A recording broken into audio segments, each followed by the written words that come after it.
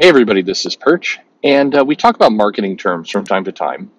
And this is one that I think has a lot of weight for comic fans, comic collectors, comic customers, because it's one that's been used for decades. So it's when you have a marketing term that a company uses, it can sometimes take on more life than the original term. I think that "Where's the beef" had that aspect to it. It was kind of a silly throwaway kind of line. A lot of people don't even remember what company started the "Where's the beef" stuff, but it became this. For lack of a better word, became a meme back before there were memes. It was a slogan that got adapted, and it took off on a greater life to the point that even now people people know that term even though they don't remember the ad or even where it comes from.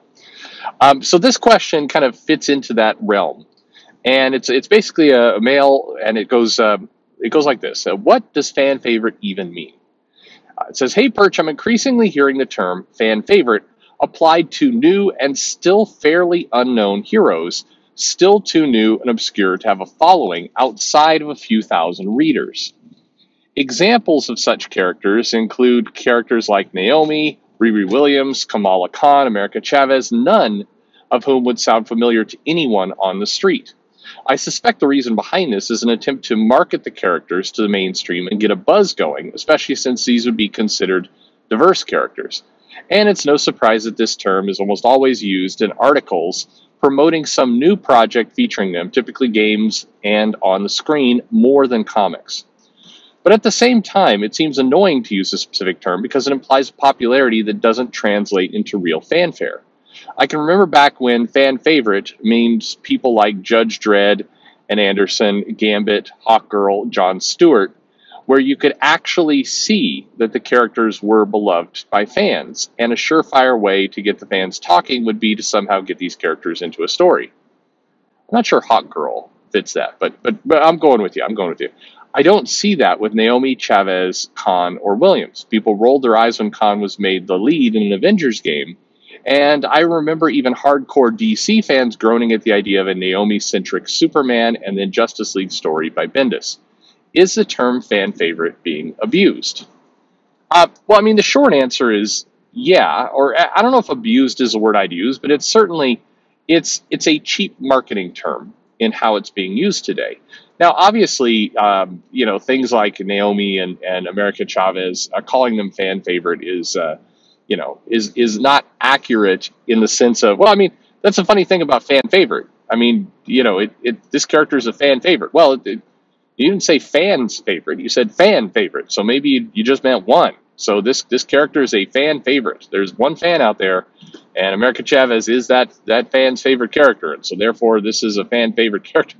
I'm being silly, of course. But, bluntly, the term can mean anything the company really wants it to mean. And they are using it that way. It's like, and I think you hit upon it, when they're trying to get these characters into movies and get the characters into games, it's beneficial to them to say this is a comic book fan favorite character. Now, here's, by the way, this isn't the question you asked, but an interesting question I'll ask is, why is it that movies and games and other media heavily leverage comics? I'm not talking for the IP. I'm talking even in the marketing. When the Eternals was coming out, they were all over like comics legends, comics heroes, obscure comic cult classic, The Eternals. I think they even applied fan favorite to that. It was always this obscure fan favorite comic, characters, The Eternals. Why that's interesting to me is that the comics get so little love by these companies. They are happy to leverage the comics when promoting the movies, and they do it constantly. It's weird. I'm seeing it with Doctor Strange 2. Like you said, they are doing the fan favorite America Chavez ripped from the pages of the comic books of Doctor Strange. We're getting the multiverse and America Chavez, and it's like you keep mentioning the comic books, but then when it's time to like turn around and actually promote the comics and do something meaningful with them, the people can't be bothered. I find that weird. That there is, they will heavily leverage because they know that if they put this straight from the comic books, then it sets a certain expectation in people's minds. Right now, comic book based movies and games even though we've been hearing for roughly 10 years that, the bubble's about to burst and they're all going to die, they're still doing great. Spider-Man No Way Home, doing $1 billion that's going to reinforce it for another 2 to 3 years that, hey, we will continue to leverage comic books. In fact, Spider-Man actually took the weirdest message from it. It's like, hey, when we made the character more like the comics, it seemed to do better, or it seemed to get a lot of attention. Therefore, we want to push the comic books more. You're going to hear more about comic book movie, but yet no love, no support, no funding to the comic books. The comic books are going to continue to kind of be unregulated is the wrong word, but unmonitored, unmanaged. It's going to continue to be the same half-assed bozo show that it's been for the last several years in a lot of cases, and yet the movies will continue to leverage that marketing as much as possible. I find that weird. Anyway, sorry, bit of a tangent, but it fits this question. I mean, I think I always, and this is a consistent viewpoint. If you listen to my videos, I have the same viewpoint I say over and over. It's always a bad idea to run something into the ground or to falsely label something. And I think if a fan favorite does have some, or I don't know if it still does, but at one time it had some cachet. It had some weight to it. If you said, hey, this is a fan favorite character, it was something that would get people's attention. And then I think the 90s definitely drug that into the ground a little bit. I think it got recovered, somewhat in the 2000s. But we're back to it. And now it's the label fan favorite gets applied to whatever new character they're wanting to use.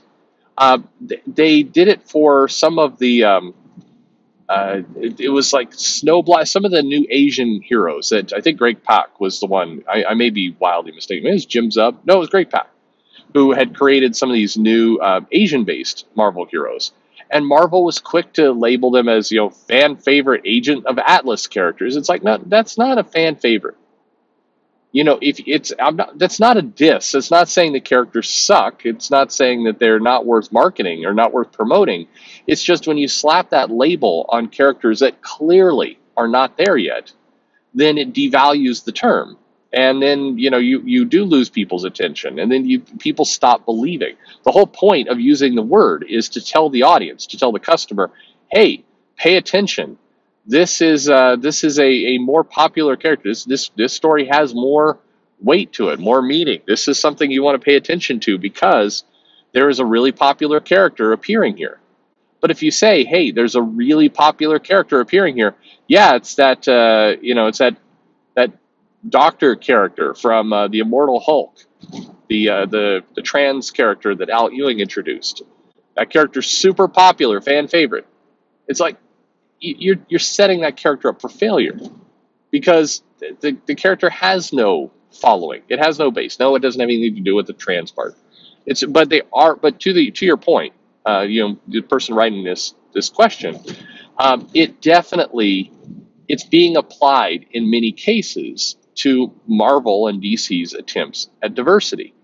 And I think this will do nothing but hurt those attempts because it basically sets it up as false. I think the best way to get some of these characters over, take Naomi, for example. Naomi was doing this right out the gate. Fan favorite, smash hit, surprise breakout character. Naomi was how DC was marketing this character. Now, if you look at the sales, it was not a smash hit. It was not a breakout character. It was not a fan favorite. I guess you could call, cult following Naomi. You could use terms like that, I guess, but it was dumb to label it that way. And nobody bought it. Nobody bought the comic. Well, some people bought the comic, but nobody bought the term. Nobody believed that this was actually a huge character in the making. And it hurt. It isn't helpful when comic publishers throw these labels on the characters and then at issue 6 or so cancel the comic because the sales are too low. And then they have to do this weird dance of, we're not canceling the comic because of low sales. We just we told the story we wanted to tell, and we didn't want to abuse the huge popularity that this character. It's like, come on, you're fooling nobody. That kind of stuff rings of inauthenticity, it hurts. It destroys credibility. And unfortunately, the people who are looking at it, reading the comic, they come to believe that everything about the character, everything about the title is fake, that it's all manufactured, and that any kind of success is marketing rather than genuine. And so people won't pick up the book. And I do absolutely think that the big two in particular, they're applying this label onto their attempts at diversity.